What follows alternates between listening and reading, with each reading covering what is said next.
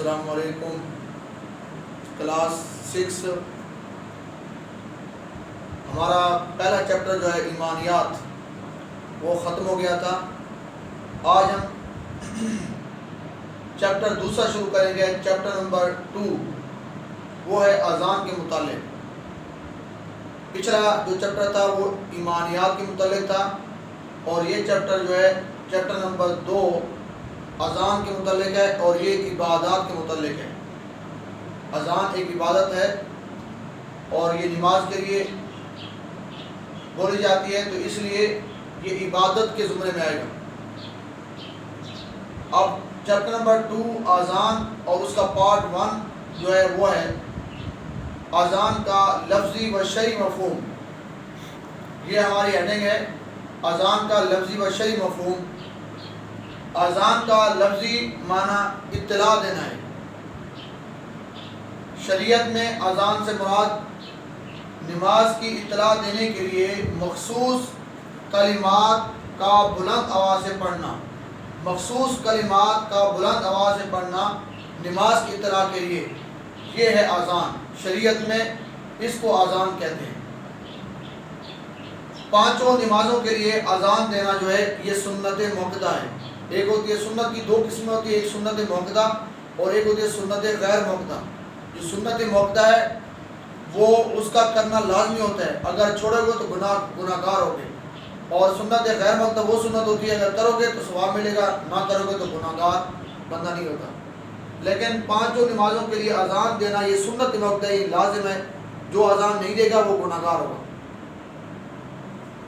اب اذان کی ابتدا کیسے ہوئی، یہ ہمارا ٹاپک ہے، اذان کا لفظی و شرعی مفہوم اور اذان کی ابتدا کیسے ہوئی۔ یاد رکھیں حضور نبی کریم صلی اللہ علیہ وسلم جب آپ مکہ میں تھے اور جب نماز کا حکم آیا تو حضور نبی کریم صلی اللہ علیہ وسلم لوگوں کو بلاتے اور نماز ادا کرتے۔ وہاں کی کوئی کھل کے اجازت نہیں تھی، مکہ کے اندر مشکلات تھی، کھل کے جماعت کی شکل وہاں جو ہے وہ صورتحال نہیں تھی، کیونکہ مکہ والے لوگ سخت تھے تو وہ عبادت نہیں کرنے دیتے تھے۔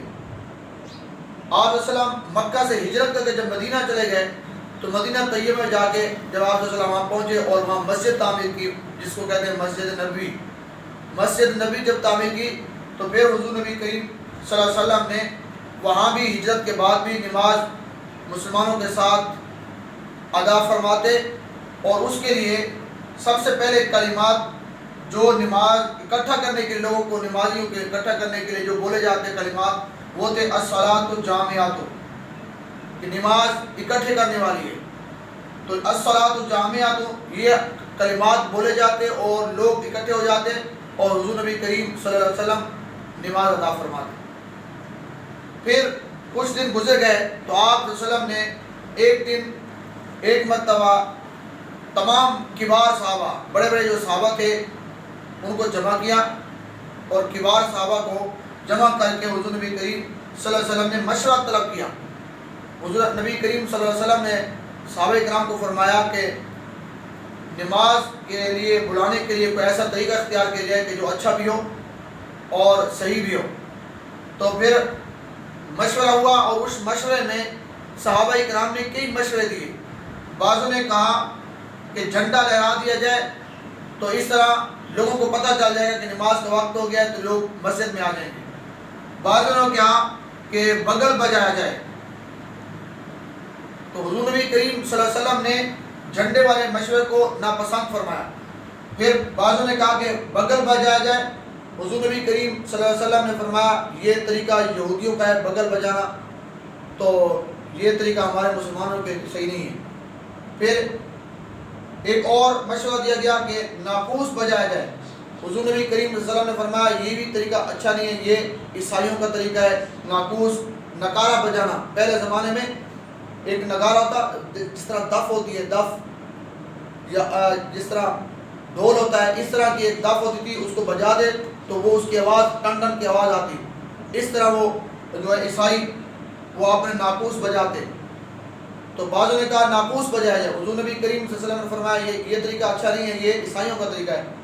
بعضوں نے کہا کہ آگ روشن کی جائے، تو حضور نبی کریم صلی اللہ علیہ وسلم نے فرمایا یہ مجوسیوں کا طریقہ ہے، آپ صلی اللہ علیہ وسلم نے اس طریقے کو بھی پسند نہیں فرمایا۔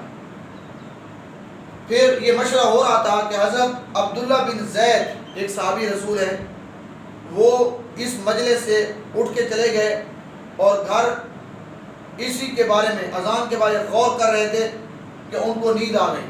حضرت عبداللہ بن زید کو جب وہ سو گئے تو خواب میں ان کو اذان کے سارے کلمات جو ہے وہ اذان کے سنا دیے گئے اور سکھا دیے گئے۔